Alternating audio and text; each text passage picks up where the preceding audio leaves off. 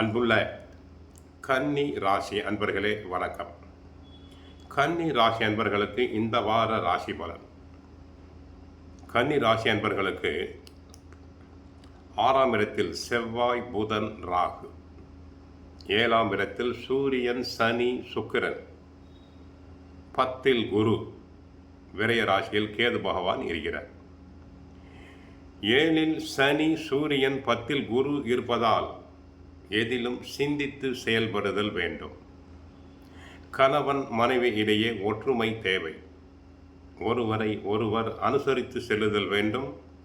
வார்த்தைகளில் கவனமாக இருத்தல் வேண்டும்.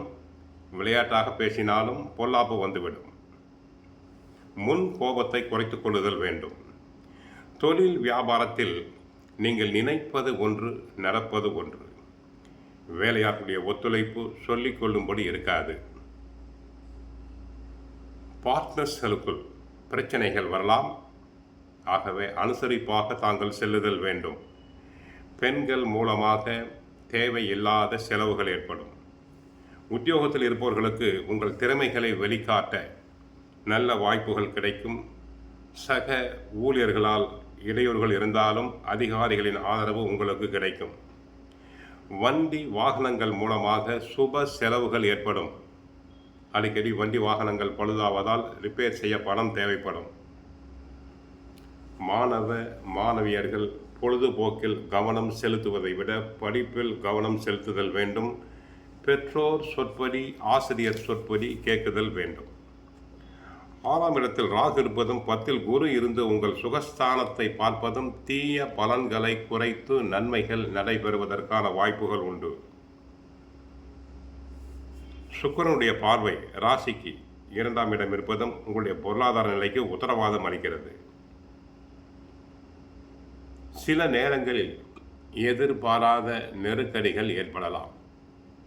சுப காரியங்கள் சிறிய தடங்கள், தாமதங்களுக்கு பின்பு நடைபெற வாய்ப்பு உண்டு. செவ்வாய், சனி இணைந்து உங்கள் ராசியை பார்ப்பதால் வண்டி வாகனங்களில் செல்லும் போது கவனம் தேவை. அதிக வேகம் வேண்டாம். இல்லாவிட்டால் விபத்து ஏற்பட வாய்ப்பு உண்டு. செவ்வாய் சனியின் சேர்க்கை ஆபத்தானது. அரசாங்க காரியங்களில் தாமதமும் தவிர்க்க முடியாத அரசு சம்பந்தப்பட்ட நெருக்கடிகள் ஏற்பட்டு கொண்டே இருக்கும். கோர்ட் பிரச்சனைகள், வழக்குகள் இருந்தால் இழுத்தடிக்கும். இந்த நேரத்தில் நீங்கள் சாதகமான தீர்ப்புகளை எதிர்பார்க்க முடியாது.